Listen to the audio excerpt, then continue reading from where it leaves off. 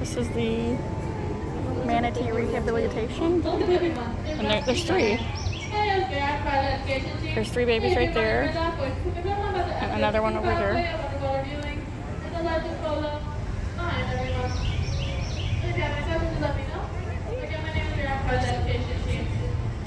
Here at West Indian, we're going to have our West Indian manatees, which is the subspecies, and the Florida manatee. And we also have our sea turtle. Our sea turtle is going to be free as I just posted this on my story. which can be the green, the pepper leaf, and our loggerhead. We have 7 sea turtles, and we have 10 manatees up here at the front habitat. I'm going to talk about our manatees today. So this habitat that we are viewing currently is going to be our orphan habitat. All these manatees are orphans. Our oldest living residents here are going to be Sarah and Oakley.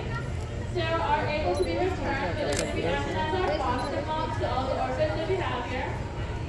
Sarah's rescue story is our biggest rescue story for our manatees. So Sarah was found over at Sarasota, Florida back in 1986.